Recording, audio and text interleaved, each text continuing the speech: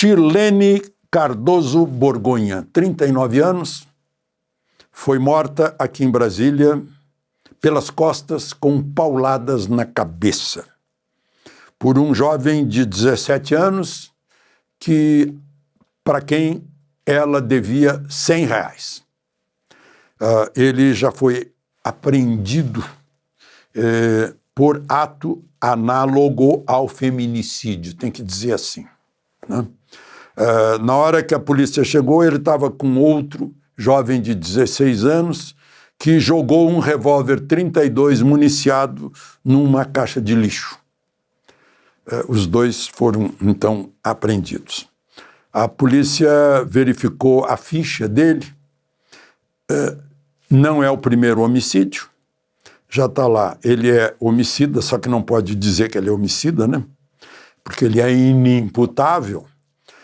Tráfico de drogas, porte ilegal de arma de fogo, roubo de motocicleta, apreensão, receptação de mercadoria furtada, o que mais? Agressão com lesão, tráfico, eu já disse. Tudo isso. E estava na rua.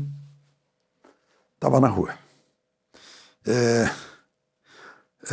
Outro dia, ontem, eu vi um brilhante novo jornalista, o Alexandre Magnani, lembrando da morte do Orelha, lá em Florianópolis, que foi cruelmente assassinado por menores de idade.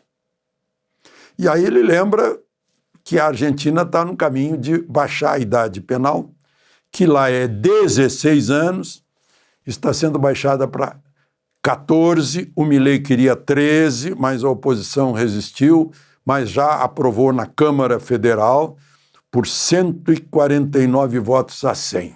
Agora está no Senado. Vai baixar, né, para 14 anos. Aqui no Brasil é uma luta para baixar para 16. E já foi 14. Durante todo o Império foi 14. Até 1920, mesmo com a Constituição Republicana de 90, continuou 14, mas já tinha uma certa responsabilidade penal.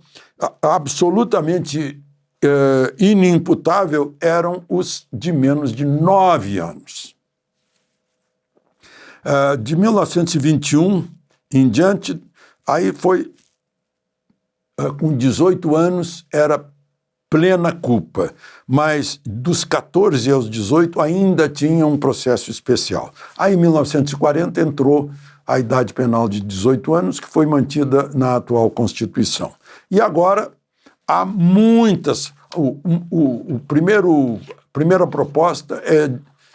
A Constituição tinha recém 5 anos, em 1993, quando apareceu a primeira proposta, e agora o deputado Mendonça Filho está com uma proposta de emenda constitucional que baixa para 16 anos. E começou uma discussão porque o atual ministro da Justiça, o substituto de Lewandowski, que se chama Wellington Lima, disse que esse é um assunto que se deve consultar o povo, através de um referendo ou de um plebiscito. Aí o PT e o PSOL se insurgiram imediatamente, porque eles adoram proteger criminoso, né? E aí está uma discussão. Imagina o PT fazendo uma nota contra o ministro da Justiça do governo petista. O PSOL também se manifestou. Então está desse jeito. Eu estive investigando, eles não fazem muita estatística de assassinatos praticados por menores de idade, porque não pode ser chamado de assassinato, né? Mas tem mais ou menos umas 1.000 mortes por ano. Bom, queria falar num outro assunto que também tem polícia no meio. Uma van com placa de Brasília vinha trazendo 16 passageiros da Bahia para passarem o carnaval em Brasília e bateu na traseira de um caminhão aqui pertinho de Brasília, Planaltina. Morreram 5, 12 feridos. E eu vi a foto. A van só amassou a parte da frente. E, no entanto, o motorista foi um dos que ajudou a socorrer. né?